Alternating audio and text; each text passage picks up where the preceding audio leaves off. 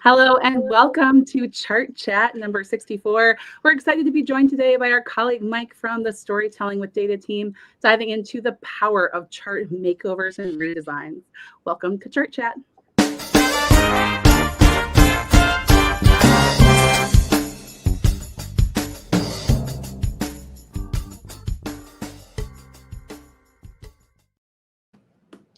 Hi, everyone. Welcome to Chart Chat. We're excited to have you joining us here today. And we're excited to welcome a new guest today to the Chart Chat stream. Mike, welcome to Chart Chat. We are thrilled to have you here. We'll do a quick round of introductions first and then dive into our agenda for today. For those who don't know me, I'm Amanda McCulloch. I'm a health data visualization designer based in Milwaukee, Wisconsin. I'll hand it over next to Andy. Hello, everybody. My name's Andy Cotgreave, formerly of Tableau. Now, what should we be this month? I'll be data storyteller extraordinaire. There you go. Over to Jeff. Jeff Schaefer in Cincinnati, Ohio, at the University of Cincinnati, where I'm the director of the Applied AI Lab and teach in the Business Analytics Department. Steve. Hi, I am Steve Wexler. We don't have our little titles underneath our name. I am the Chief Chart Looker Adder at Data Revelations. And Mike. I'm Mike Cisneros. I am a data storyteller ordinaire working for Storytelling with Data. Well, you're so humble, Mike. I love it. Well, Andy, I think maybe you and I probably empathize with this the most, having done this most recently compared to Steve. But I think I've spent a disproportionate amount of time figuring out what to call myself as an independent consultant when you don't have the burden and joy of someone else giving you a title. Exactly. So we're excited to have folks joining us today. We are here talking excitedly about some things from a new book from Before and After. Congrats, Mike, on the new publication. We're super excited for you. And we'll be chatting today about themes from both this book and themes that connect back to what we did in Dashboards That Deliver and a joint challenge that we hosted with the team. As a reminder, today is more than just chit chat. It is Chart Chat. And we are excited to dive into themes around the world of data visualization, the good, the bad, and the scaredy cats. And as a reminder, you are very much encouraged to join the debate. We encourage you to add comments in the YouTube stream or on LinkedIn. We'll bring those up and include those in our conversation today for those of you joining us live. We'll also have an after party afterwards where we hop into a Zoom room and anyone can turn on their mic, turn on their video, and continue to chat with us and with Mike about themes from today's episode. Today's topics will have three key things. One is the power of a makeover, diving into a chapter from the new book Before and After that Mike will walk us through in terms of one of the chapters that he thought connected back to some of our themes related to the bigger picture of dashboard design and iteration. Second, we'll talk about the Storytelling with Data Dashboard Design Challenge and some of our favorites and some aha moments we saw people have from applying the Dashboards That Deliver framework to redesigning a dashboard, either from the original Big Book of Dashboards or from one of their previous works.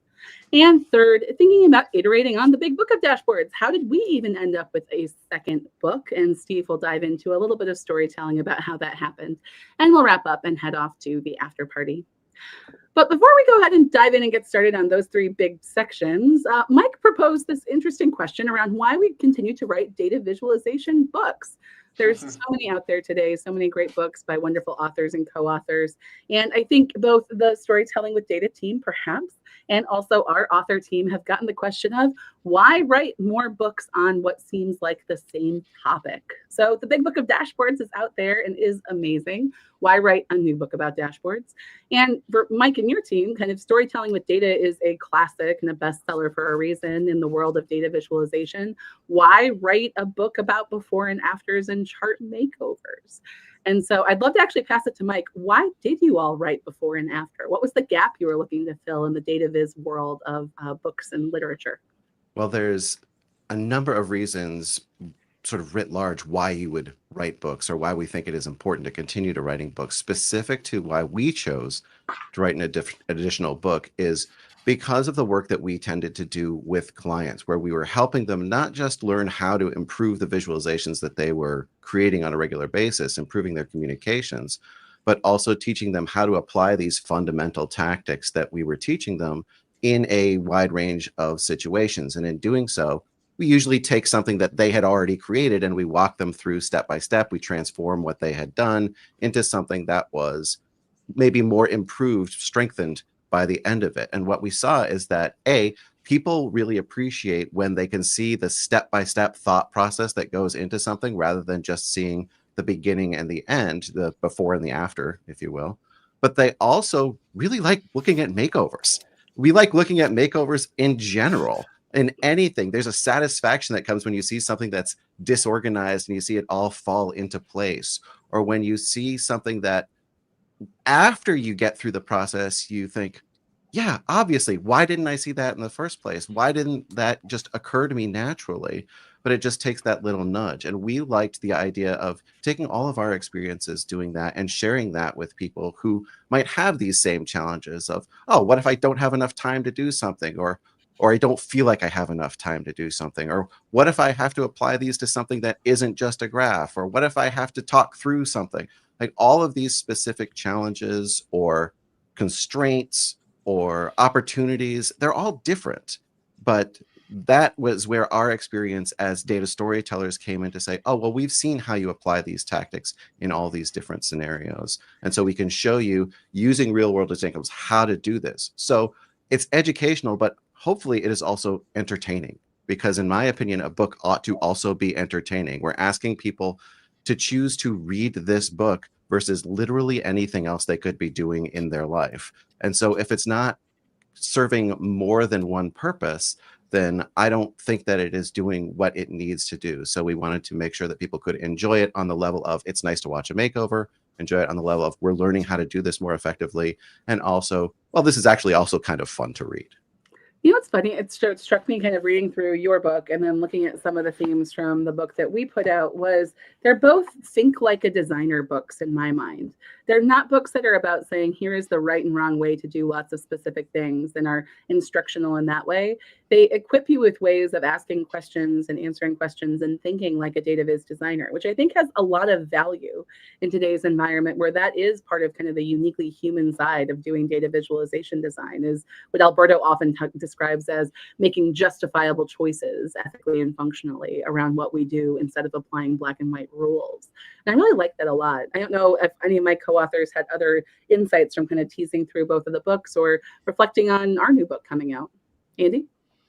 Well, another reason, the world changes, right? So certainly Steve, Jeff, well, I think all of us probably grew up with Tufte's book, Visual Displays, being the definitive guide to data visualization. And now it's really dated. I mean, it's still an amazing book, but it was written in a time when people still used a lot of black and white and didn't use much PowerPoint. And times change. So there is a need to refresh. Even the fundamentals need to refresh. Right? I think that means there'll always be this market for more books. Oh, Steve?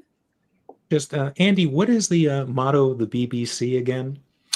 Inform, educate, entertain. The older I get in my career, the more that I was saying it to my wife as I was trying to talk this morning about thinking about what do I become next. It's like the thing that motivates me the most. You just said it the same, Mike. I want to inform, educate, and entertain.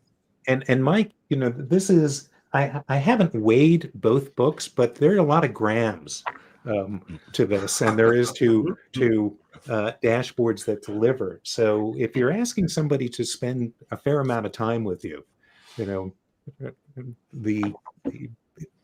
needs to be a good payoff that's in there, and making something which is entertaining while informative and engaging is a big plus. And a lot of the charm of your respective personalities does come through in the book. Well, just to follow up on that, like making something entertaining, and then to have the question be, why write books? You might as well ask, well, why make music or why make films? Because maybe there's an inherent value to it. Maybe it's teaching something to us about the human condition or about our specific level of interest in the human condition. But it is also something that can be somewhat permanent in the collection of human literature, the collection of human creation. Whereas when we are just limiting ourselves to what's online, we've all been around long enough to experience link rot, the ephemeral nature of the internet. I like the idea that even if something becomes in decades somewhat outdated, like it is still permanent. It's still a record of this is what we were thinking at the time. This is something that we can touch. It's tactile. It's physical. It's always at hand. And it's also an aspect of the community of people like, oh, hey, have you read Dashboards That Deliver? It becomes something that bonds people together in a way that things that maybe are not quite as broadly accessible or maybe might not last as long can't quite tie people together as much. I love that, and I think it's so relevant today in a world where we've also been around long enough to watch kind of the data viz dialogues move from Twitter, now X, over to LinkedIn and other spaces, and LinkedIn serving up links that are or posts that are 2-3 weeks old. That we're not all looking at the same content at the same time, and so having that touch point is so powerful. I wonder, Mike, could we go ahead and pop over into seeing one of the makeovers from the book and talking a bit about what you loved about that chapter? Sure. Now, in the course of this book, there were chapters that I wrote. There were chapters that Cole wrote, Cole Nussbaumer-Knaflic, who wrote all of the previous storytelling with data books. And there were chapters that my colleague, Alex Velez, wrote. She is another data storyteller on the team. Coincidentally, joined storytelling with data on the exact same day as I did. So we've had a very similar experience throughout our time together. This chapter that we're looking at here was something that was given to us by a client. By the way, this is anonymized to protect the innocent, but it is representative of the data that they shared, which was call center data. We are looking now at the average calls that came into their call center based on the time of origination of the call. So this is I would say, not unusual way to look at this sort of data. It is a very jagged mountain. Is a bimodal mountain when you look at the average calls on any given day. We're also looking at a cyclical data series for Monday through Friday, day by day. Now, if you were going to think about how do we clean this up to make this easier to see, I think you would maybe simplify it down. Let's just look at the customer calls per minute. Now, this might be what you would consider to be an after view based on the before view that we were just looking at. We've cleaned up our axes. We've made our title easier to read. It just looks nicer. But in the book, this is the before. Like we don't even use that prior view at all, because what we are talking about in this chapter of the book is how do you know how much detail to keep? And that is always going to be context dependent on what it is that you're trying to show, what it is that you're trying to share with your audience. So for this exact example, we were trying to think, well, how do you aggregate this down so that it can still be meaningful, but not be quite so messy?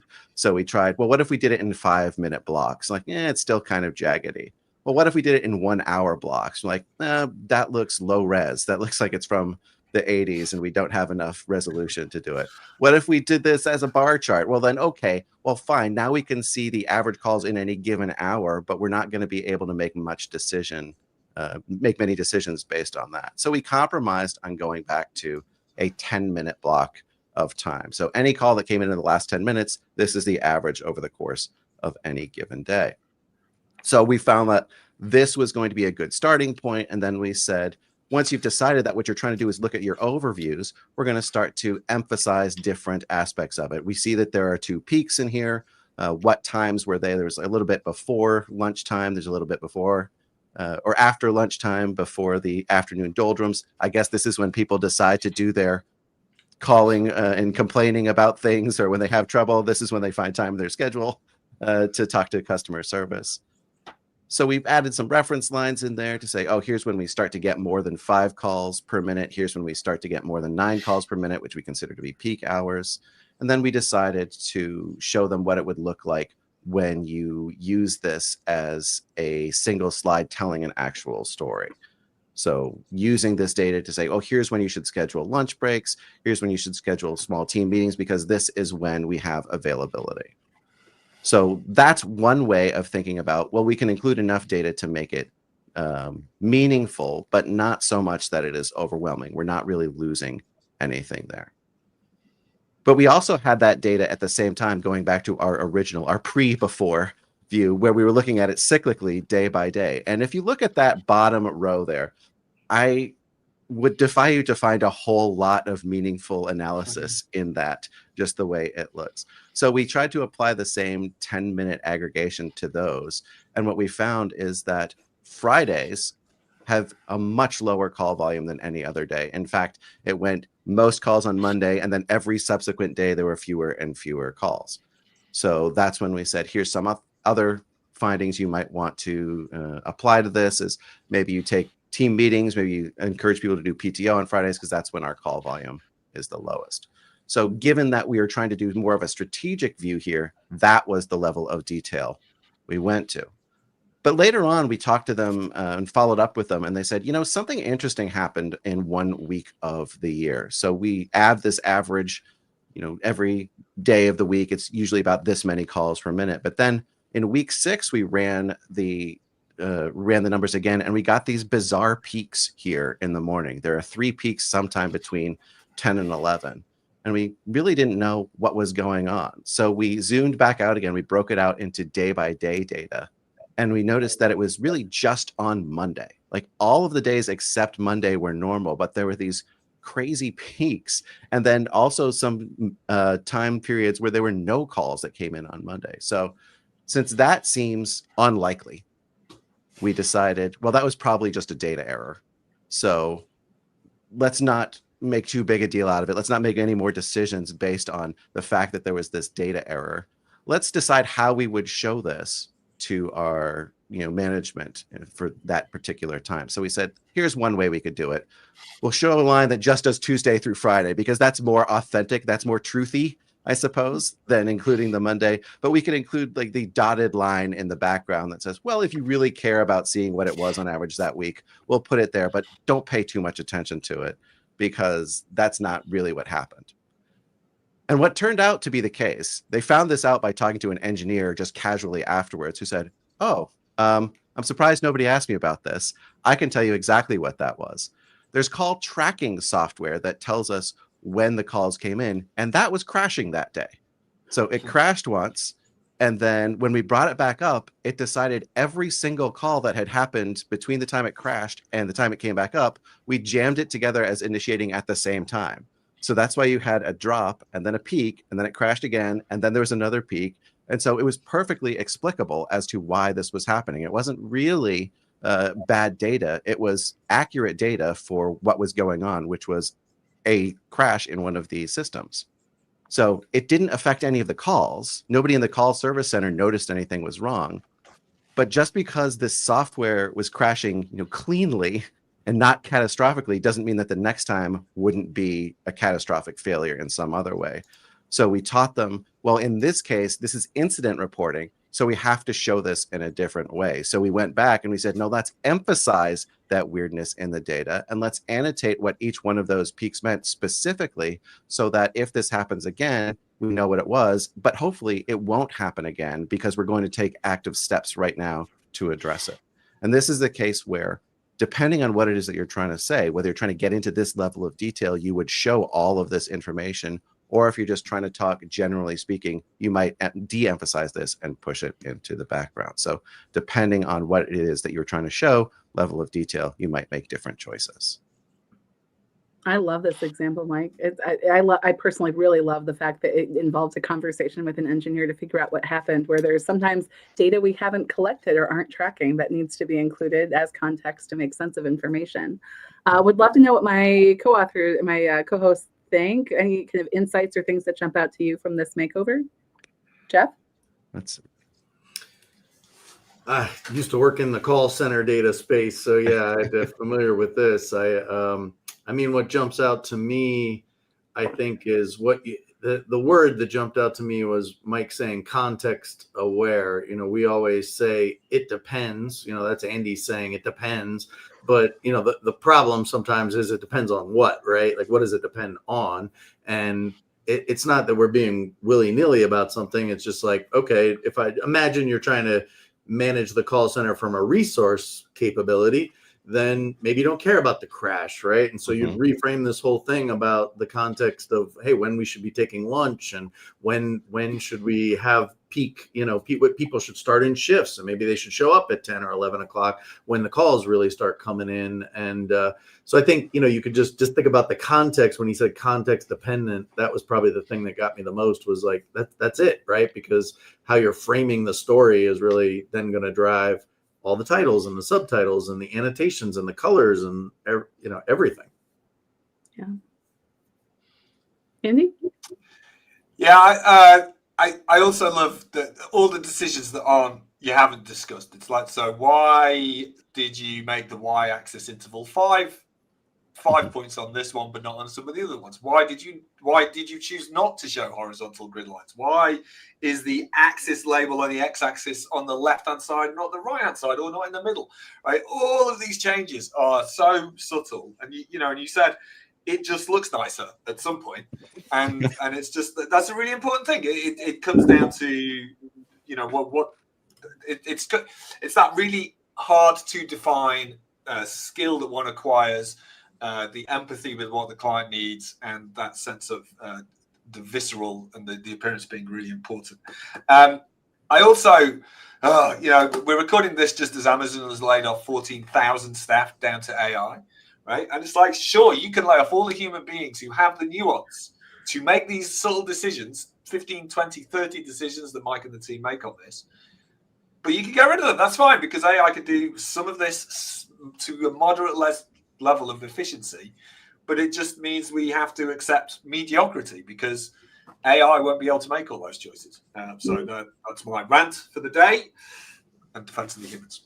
But that makes me think of the point that was made in the research that, Cole participated in it along with Steve Francaneri and some others from Northwestern, looking at kind of, is there actual kind of retention value in the decluttering and focusing with color and text that is really, I think, championed by the Storytelling with Data team a lot in your trainings and in your work and in how you show things. And my recollection from that research is that they did find that by actually annotating and focusing people's attention, you actually do create more memorable charts where people remember and hopefully act on the data more. And I can imagine those text annotations of kind of like you had on an earlier slide, Mike, what it is we want to read off the slide and what are you going to do with this data, or what is our recommendation, are really powerful, and something that I agree with Andy, that are harder for an AI tool to replicate, especially at this point. I've experimented with AI for data viz less than some of my co-authors, but I think that there are still big constraints in what gets created by those tools. Steve? People to recognize that this makeover didn't come out fully formed, from Zeus or Mike's head at this point. There were a lot of different things to try. There's a lot of effort in this. I'll often feel pressure. Someone says, shows me something and say, well, what would you do? And to try to come up with something right off the bat. There were a lot of different, hey, let's try this. Well, wait a second. This is isn't granular enough. This is too granular. And then the brilliant move of what happens if we superimpose the different days on top of each other. Immediately you see the difference in Friday, but also trying to get at these odd outliers in week 6 and realize there were 2 really great different sides to this thing, or findings in it. One is this one, and the other was, hey, look at this difference with Fridays. Also, I'm going to give a plug to Andy and a chapter in the Big Book of Dashboards, which is just the chapter on time and the different segments and the way of segmenting it, and not just going from left to right, but looking at, what happens if I superimpose the different days of the weeks as an index chart? What happens if I look at hours of the day and day of the week? All these different things that suddenly something comes to life that would be buried in just a very granular line chart. So if you're bummed out that these things take you a long time, well, Mike, data storyteller ordinaire, actually extraordinaire, this is a lot of work to come up with this. I mean, just because I happen to have it here, this is not particularly relevant. It's relevant. It's not specific to this example, but here's some sketches that I do when I'm trying to iterate through different ways of showing graphs. This was, I think, not identifiable for client work, but since it is for client work, I'm not going to hold it up to be perfectly well visible, but just the idea that we can iterate through in lots of different ways early on before we start to put all the effort into making, as Andy was pointing out, the cleaned up version where the labels are in the right place or the font size is ideal or the intervals that you're choosing to include on your axis are just feel exactly right. And a lot of this is feel as well. And the reason we don't talk through a lot of this in this example, specifically because it came out of our book, is because we talk about it in other chapters and we don't want to talk about the same things over and over again. But that is something that it does get easier with practice, and it does become second nature. And it's something that I wouldn't consider any of it to be incredibly challenging to do. It's just being aware that it's something you can do and that it is satisfying both visually and emotionally yourself when you do it and you say, oh, this feels better than it did when I started, or this looks more professional, or this gets better feedback or better results from people. So there's something that is you get the positive reinforcement from doing it, which encourages you to do it more. And then the more you do it, the better you get at it. And it's what's the opposite of a vicious cycle? A virtuous cycle. Virtuous cycle. Could you show your sketchbook again, just for a second? Oh, you want me to? Yeah, we were just going to try to put it up so you could see it. I think Amanda was trying to zoom in. Sure. Oh, that was not me. I did not zoom my own. It was me being a poor producer. Look at that. So actually, right. The Chart Chat chums, we need to do a show on this comment because paper sketching, because I love paper sketching, but as you know, I write a little bit in the book. Paper sketching is not without risk and danger, but let's leave it there. That is a set of risks and dangers for another time. I have things I need to unload.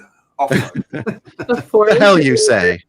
Before we pivot over and start talking about dashboard redesigns a little bit more, I know this is always a question that comes up in almost every let me show you a cool chart I made. Mike, Stacy wants to know, what software do you use for your data visualizations? Believe it or not, lately, mostly what I've been using is Excel. And the reason for that is the clients that we work with, the thing that we are pretty sure they all have is access to Office. Everybody that I've come to know here in the Chart Chat world probably came to know me when I was using Tableau more than anything else. And my answer is use whatever you're comfortable with. What do you have access with and what feels right to you? And you can achieve versions of all of this kind of look and feel no matter what tool you're using. It's more about how you approach creating something mentally than it is how you specifically do these things. And I would never come in front of somebody and say, you can do this in your graphs, as long as you also buy these plugins that I've built for you for just $9.99, or if you buy my software or my app will help you do this. That's not what it's about. It's about teaching people how to be more confident and more comfortable, improving, strengthening the communications that they build. Yeah, I think that's a great spot to land on, I think, Mike, on the makeovers. And I think that there are just so many seemingly small design decisions that really make a world of difference. And you do a great job of walking through those pieces here and also in the book. We're going to dive in and talk a little bit about dashboards, about the Storytelling with Data Dashboard Challenge that we hosted with the SWD team. It was run in September, the month that Dashboards That Delivery came out, and it challenged people to think about how they might redesign a dashboard from their own work, or a dashboard if they needed one from the big book of dashboards. And we said explicitly in the challenge description that the challenge isn't just about making a prettier design. It's about creating a dashboard that serves a clear purpose. Because oftentimes, a lot of those seemingly small design decisions, and the big ones, like where we place different pieces of information on a dashboard and what charts we use, are informed by who our audience is, what they need to know, and what they're going to do with the dashboard. And in talking about kind of the dashboards that fail as part of our book, one of the things that really sticks for me is that many dashboards fail because they skip these conversations that really inform the design and jump right into development. We have a lot of people who skip over and don't do a lot of the legwork of figuring out who the audience is and what they need to know and understanding them deeply and testing ideas and visual concepts with audiences, and instead connecting data right into Tableau or Power BI, in part because I think tools make these promises that doing that is easy to do. And it's a fast, rapid way to go ahead and get dashboards spun up really quickly. And Steve and I especially have gone back and forth on where the value is in doing that sometimes. And sometimes there is value in spinning up a quick prototype or example for someone to look at and give you feedback on, but it should be a point of conversation, not something that is your final design being developed in a tool without consulting your users.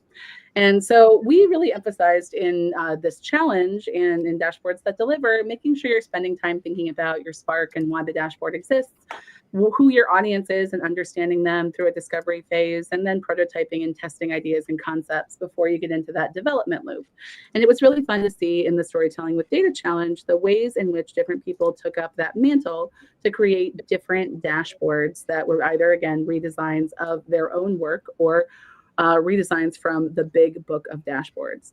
And so I want to go ahead and pull up the challenge page actually and show a couple examples from the Storytelling with Data challenge that we had. And I know, Jeff, you had been struck by the executive sales dashboard that someone had created in terms of looking at, oh, here we go, in terms of being able to look at the ways in which a dashboard got redesigned.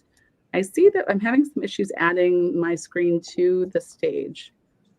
Jeff, do you want to pull up the executive sales dashboard on your side? There we go. You're up. Perfect.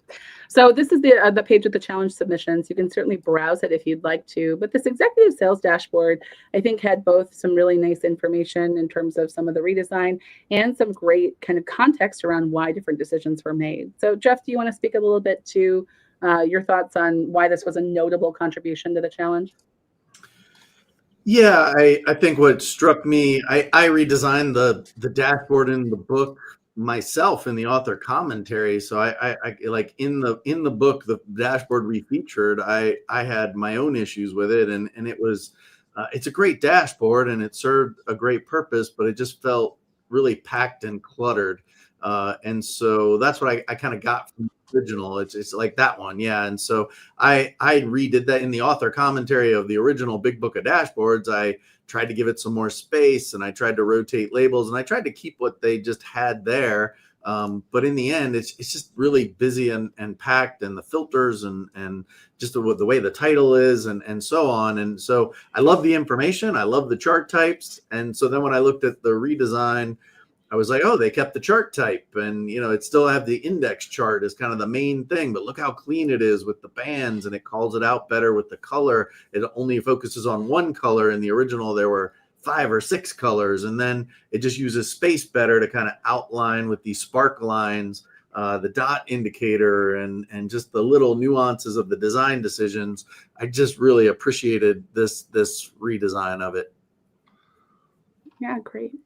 I was struck by this one because there was so much detail. If you choose to go in and read this, we can put a link in the chat around some of the different components of the process. But one thing that struck me is that they actually used ChatGPT as a way to go ahead and test and see how someone else might read this dashboard. And it seemed like an interesting use case for a Gen AI tool if you're working with a dashboard that you can either share because it's a public facing one, or one that is something that you can go ahead and use in a private environment, and asked it to role play kind of this persona and this person. Now, I don't feel like I'm well versed enough in the depths of ChatGPT to say whether or not this would be successful in most cases, but a user persona like a sales executive is a pretty, straightforward one. And so it had some really interesting prompts and questions here that I thought was notable, because I don't think that everyone in the challenge really did the user testing pieces because they were redesigning something on their own time. But that struck me as being kind of unique and different. Any other thoughts on the sales dashboard and the redesign process that the contributor went through? I want to give them a shout out and credit in terms of who that was that developed this, Kieran Adair. Any other thoughts from my co-authors or Mike on this specific dashboard before we pop over into one of the other redesigns? I'll only add that when people tell me they redesigned a dashboard from Big Book of Dashboards, it has been more common than not that it was this one, because that index chart is such a genius way of showing data to compare things that started on different times. So it's just delightful seeing this chart type just emerge again as something worth keeping out of the original version of that dashboard. For someone who might not be familiar with index charts, Andy, or maybe Steve, can you just Yep. give a quick 2 seconds on what an index chart is and what it does? Yeah, It's one I at can do the it. top for those of you not maybe following where we're looking on the page, but it's here at the top in the shaded box that you see. Yeah, so in that example, so an index chart, instead of time just running along the x-axis as time normally does on a normal line chart, instead you are changing it so it is the period since the thing you are comparing started. So in this case, each line represents a quarter of sales.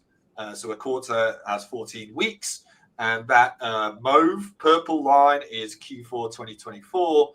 And you can see that started at week 0 and has accelerated faster than previous quarters, week on week up to week 8. So whenever you want to compare the growth or decline of something, where those things started at different times, the index chart collapses the x-axis, so they all start at 0, and you can see the growth difference. We How was that? were all brilliant, but we were all bludgeoned with index charts during COVID. We were showing, Indeed, yeah. oh, hey, it broke out in Italy first, and now it's coming to the United States. And what are we? Is it expanding at the same rate that it? And that was John Byrne Murdoch's amazing conceit. One was he actually used the logarithmic axis, which he had to use, and the other was the index chart showing that these things are how many weeks from when the first 100 cases were identified. So if you tried to block that out of your memory, I understand, but we've seen these things went very, very mainstream in March of 2020. Well, and I know, Mike, you had brought up another example, just clicking through here, of a person who actually redesigned a dashboard that they found in the wild, and they redesigned it and then redesigned it again for this challenge. You want to walk through what you really found notable about this redesign? Well, before we talk about the dashboard itself, I appreciated the willingness to not just to revisit somebody else's work, but then to revisit one's own work subsequently, because it is easy, I think, to look at something that is in the wild and say, I can do that better. And you apply your own learnings to it and you come up with something like, see, here's what I was able to do. But it is another thing to then be self-aware enough to then later on say, I've done more than that since then. I've grown since then. I've learned more. I had so much hubris at the time when I created this, and now I can do an even better job of it. So I think I like the fact that this person originally redid something that they thought, well, there's too many pie charts in it. There's not a whole lot of stuff that makes sense to me. I'm going to revisit this, which is the intent of this, is to show how many people are playing certain sports in that municipality, and then what kind of resources do we have for those people, and then theoretically this should tell us what we need to do to reallocate resources for them. So this is the original one now, right? Yes, Am I yes. on the right one, Mike? This is our original one. I'm gonna venture a guess that based on the formatting that this is a Power BI dashboard, but that's just me. Go ahead. And then they said that they recreated it in a Deneb, which is I'm not familiar with it. I mean, I haven't used that particular tool, but then redoing it in a way that is maybe more colorful, maybe more specifically formatted, and has a little bit more information in it, has this bullet chart in it. But then now 3 years further down the road, they have decided to go back and reimagine the dashboard in light of, well, what are the questions that we are trying to answer here? Do we have enough facilities? And then if so, or if not, then what should we prioritize given the interest that we have in the community for these specific sports? And I think this final version, much cleaner. It's much more focused on answering meaningful investigative questions, and it is easier to read. I know where my eyes are supposed to go. There are colors that are used specifically to indicate certain analytical findings. So I appreciate both the process of it and the outcome. For those who don't know, Deneb is an additional extension tool you can add on and use with Power BI. So that gives me a clue that maybe I was correct on guessing my font families correctly. Other Chart Chat chums, thoughts on this redesign? I just like ooh and ah over the simplicity of moving from this to this. It's just so much more focused, and I love that. I mean, the first thing that just hits me on the other two are just the color overwhelming, right? On the pie chart and that one, it's just there's just a lot of color on both of those. And so when you overcolor things, even the bad, neutral, and good on the bullet charts or the stack bars or the tree mat, there's just color everywhere. And so, that's the old saying is if you color everything, what do you actually look at, right? And so here, color is used more intentionally, right? Just less of it. And so I think that's the biggest change.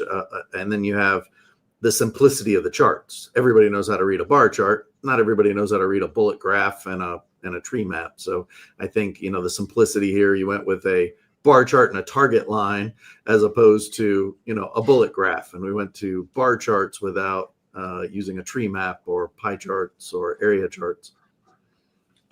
It also just shows the progression from what's this person's name, Tori, going from moving towards understanding and justifying the reason why everything is on the dashboard, right? Because from the original to where they are now, it's just like I have thought about what this thing needs to be doing on this dashboard, and that's again something we talk about in the framework in dashboards that deliver about justify everything. Whereas that first version was just a little bit like, Matthew puts it one way: someone puked the whole thing onto the dashboard, right? But hey, that was my first dashboards were exactly that: rainbows and chart vomit, and it took me a long time to get over that. Well, I do want to give them credit that I think this was a public-facing dashboard that they didn't actually create. Am I correct that this was a public-facing dashboard? Right. Oh, okay. And they remade even that, right? One that did have more focused questions, right? Even this remake, you have these more focused questions, but I think maybe the answers get lost a bit, right? Mm-hmm. Yeah. Because of all the color and other pieces there. So this redesign takes and focuses you down to those two key questions that you want to know. I had a physical reaction to this. When you showed this one, I immediately felt more relaxed and I exhaled. And I'm not exaggerating with this. I was tense looking at the other two and just went, with this. Yeah, I feel like there are times, even as Steve, you say it, tell everyone you're a professional chart looker adder. And there are times at which I think we feel a lot of pressure that if we can't figure out where to focus our attention as professional chart looker adders, that how can we expect our audiences to be able to do the same? So kudos to Tori on this great redesign. I think it's got a lot of really effective components and champions the value of focusing on fewer charts perhaps, but adding a lot of additional encodings and information like the colors and the target lines and everything else within those charts, which is great. So Steve, we are kind of getting to the place where we are going to pivot away from our examples from our storytelling with data collaborations and talk a little bit about more iteration and things that happened that got us perhaps to our book and how these themes of iteration and makeovers continue to kind of ripple through what has been happening for us the last couple of years. So you want to go ahead and take over? So maybe 2.5 years ago, Andy, Jeff, and I had a discussion of, do we need a new edition of this book? Is this, is it broken? Are there so many examples that are old or dated or don't work that it warrants a second edition? And ultimately came to the conclusion that this book really isn't that broken. That said, there are some things that make me, and we realize, yes, but there's so much more that we can talk about, so much more that we can do, so many things that are missing that we didn't answer in this book. And we ultimately thought, well, a new book is warranted, and it will be a better book if we involve our chart chat chum, Amanda. So, but I do want to discuss, and Mike, you articulated it so beautifully, this notion of this, I can do this better, this hubris of, my idea, the thing I'm doing is just, fantastic. And was speaking with a friend and colleague and contributor to Dashboards That Deliver, Ryan Gensel, and he said, learning is an act of humility, where you realize, well, wait a second, I don't know everything. Maybe there are better ways to do this. I'll see what other people are doing and apply it the next time around. And my colleagues know that I have a bugaboo with this dashboard. It was the first dashboard that made it into the big book of dashboards. I remember speaking with Andy and going, when will we look at stuff in our book and go, "Oh, you know, this looks dated, it's wrong," or whatever. For this dashboard in particular, it was 18 months after publication. And realize that this dashboard was a remake of this.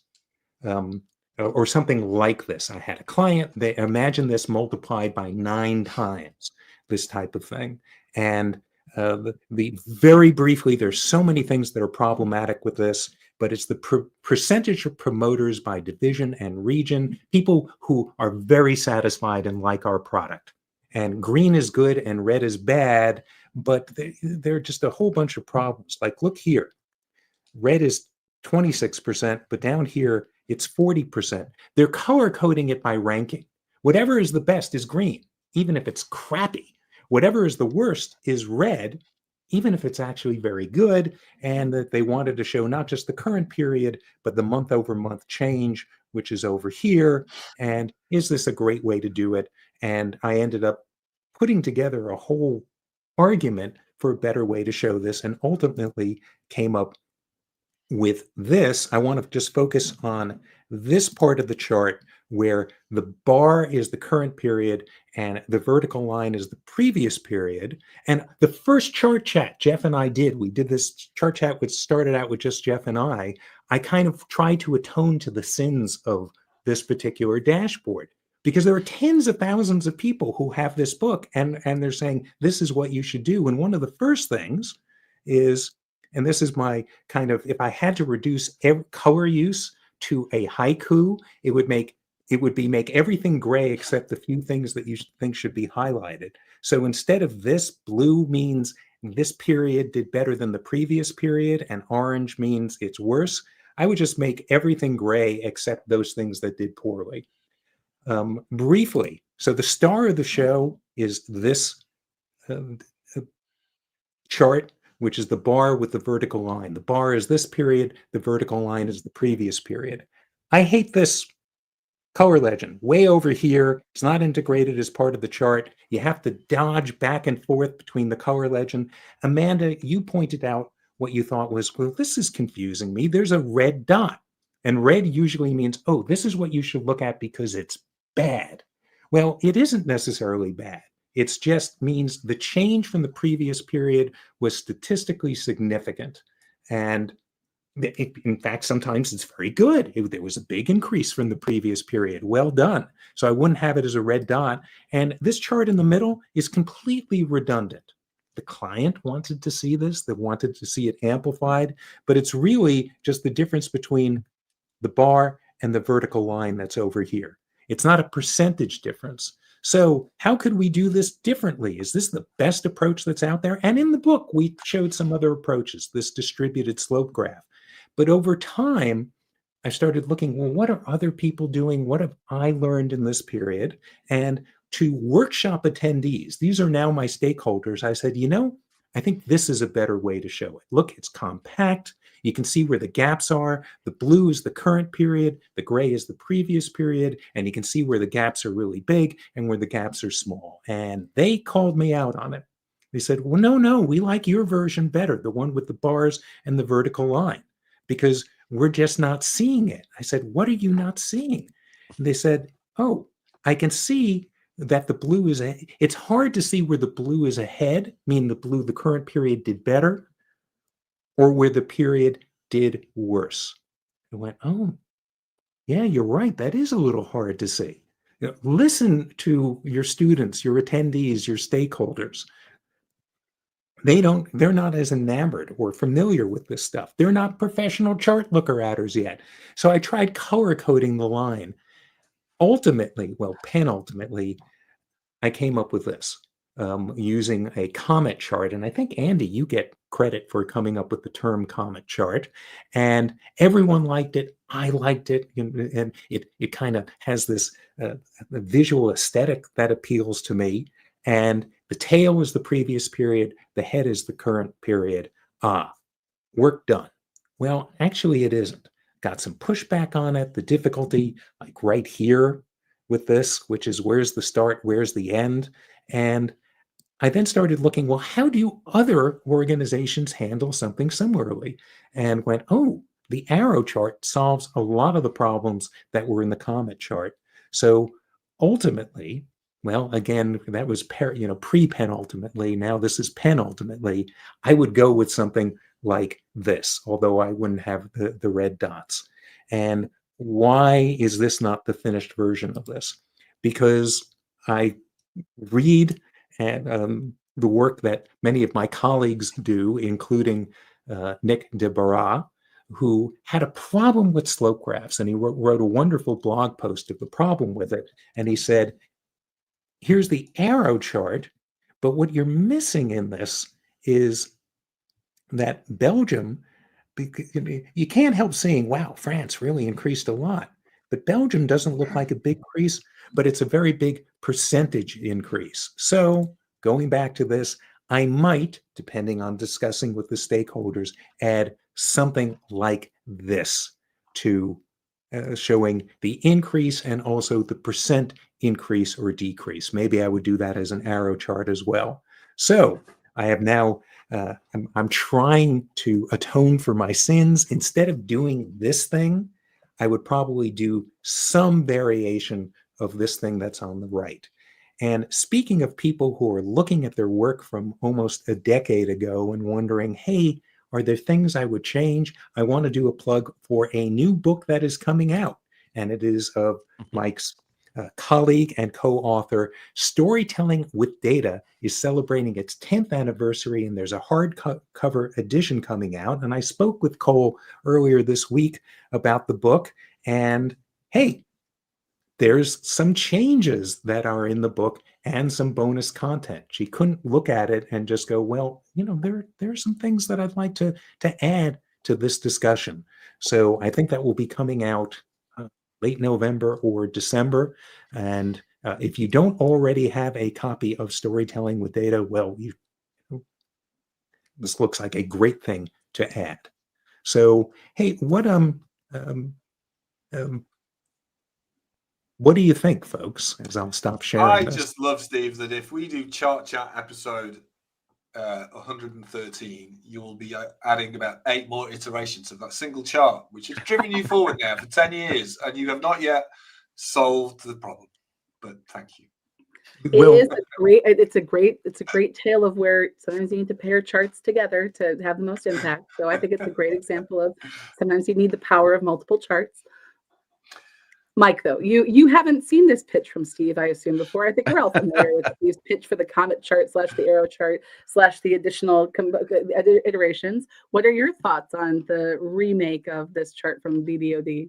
One of the things that I lament not being able to do when we are presenting static data visualizations is use movement, because it is such an attention-grabbing aspect of it. And so creating a chart that evokes the idea of movement more than the static bullet chart or even the dot plot, which I am a huge fan of, but then to go an additional length and use the comet chart or use the arrow chart to imply movement is an interesting way to overcome that static nature of it. And if you could have some form of actual movement in it that isn't overwhelming, then obviously like that would be even better. But I also think that is a bridge too far in most cases, because it just my brain goes to like, well, how are people going to misuse this forever and ever if you start to include movement? So I like seeing the continual iteration. I like seeing the continual addition of new approaches, but most importantly, taking on the opinions of people who aren't you, taking on the opinions of students who give you that fresh perspective, seeing things with new eyes, especially if we've been looking at the same charts for 8-10 years. It is very hard to rid ourselves of the curse of knowledge, and you need new people to do that for you. So I appreciate that, and the humility to accept what they're saying over what we very strongly believe in our hearts of hearts. There we go. Jeff, Andy, any closing thoughts on the redesign before we get to wrap up for today's chart chat? I mean, Mike had me at visualizing movement in static form. And so right off the bat, I was like, ooh, yeah, what are good examples of that? And so I was thinking of this one, the remixing Rosling that Mort Steffener did, where it's just like, how do you show this amazing Hans Rosling video that is, animated and it's him in front of a screen? And how do you get that, movement across? And I think he did an absolutely beautiful job at something like that, very similar to sort of your comet effect, but movement of these things in the story he tells in the video of the United States versus Vietnam. Mm-hmm. Excellent. Well, we are getting close to the top of the hour, so let's go ahead and let's wrap up chart chat number 64. So Jeff, I'm going to take away your screen share permissions. We're wrapping up Chart Chat 64. Mike, thank you so much for being here with us today and for all of the insights that you've brought to this conversation and to all the insights in the new book. It's a really great resource if people are looking again to find ways to think like a designer. We will give a quick plug. Steve, we've got another Chart Chat coming up next month with a very exciting guest diving into a different book in this intersection of data viz and music. Do you want to give folks a little teaser of what they can expect in our conversation with Chris? Well, if you are into data, and if you're attending this, you have to be into data. And if you are into music on any degree, and I know tons of us are and spend a lot of time with this may be the nerdiest data music book I've ever seen, and it is so much fun. And and some of the assertions, it's not just about little trivia about music. He makes quite the case that the Billboard charts were completely rigged in the 1970s using data for this. It's fun, it's entertaining. The guy is just an incredible music anthropologist, and the illustrations by Callie Nerney are just terrific. She's constrained with black and white, but every one of these things has she never compromises analytic integrity, but there's always something that's alluring or whimsical that draws you in. So I don't want to give too much away, but I'm having so much fun reading this book and can't wait to chat with my colleagues and with Chris on November 20th. We don't yet have the link up, but in a day or two, it will be available, and we will be bludgeoning LinkedIn and other social media outlets. Or if you don't want to be bludgeoned on social media, you can always sign up for the newsletter, and we always send out our reminders and updates in our monthly newsletter, which we've been doing a bit more frequently lately. But if you want those updates so that you can sign up and get the calendar alerts. Also, just for awareness, we always like to say, if you're interested in data viz more broadly, this has been a kind of mashup of both static data visualizations and charts and dashboard world. The Data Visualization Society is a great space to also bring together people from across different tools and domains and subject matters, but talking about themes in the data viz world. So check us out at Data Viz Society. You also can now actually buy dashboards that deliver, which is exciting. And our ask right now is that if you bought a copy, and especially if you're loving your copy, learning a lot from it, we love to see reviews, whether it's on Amazon, which you can write a review on whether you bought the book there or not. You prefer to support your local bookshop through bookshop.org or through your local bookstore. Those reviews really do help other people discover and find the book. And so think of it as doing a community service to getting more folks engaged in reading dashboards that deliver. Plus, we really appreciate and love reading the reviews. So thank you to everyone who's been doing that for us. And if you're still looking for other resources, you can still find additional resources besides on dashboardsthatdeliver.com, where we have our resources related to the most recent book. You can still always go to the Big Book of Dashboards for additional resources with the previous book, including downloadable dashboards, other components, pieces like that. With that, though, we are going to wrap up and head out to the after party. If you're joining us for the first time and aren't aware, the after party is that 30-minute space where you can hop in a Zoom room, go ahead and hang out with us, ask Mike more questions, dive into the weeds of the worlds of data visualization makeovers, maybe show some of your own. We're not recording that session, so feel free to go ahead and share some of your own ideas and work. And we'll look forward to seeing many of you there. If you're looking to go ahead and hop on, feel free to go ahead and hop on at bigpic.me/after. One of my delightful chart chat chums, I think, can add it into the comment box below for an easy clickable link. With that, though, we're going to wrap up Chart Chat number 64. It was such a delight to have you, Mike. Thanks a lot for all of your time and what you do for the community. And we hope to see everyone for Chart Chat number 65 with Chris next month.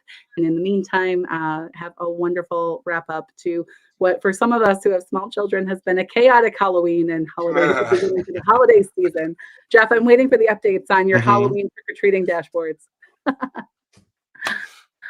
Yes, we'll have a see new everyone at number the after tomorrow party. night.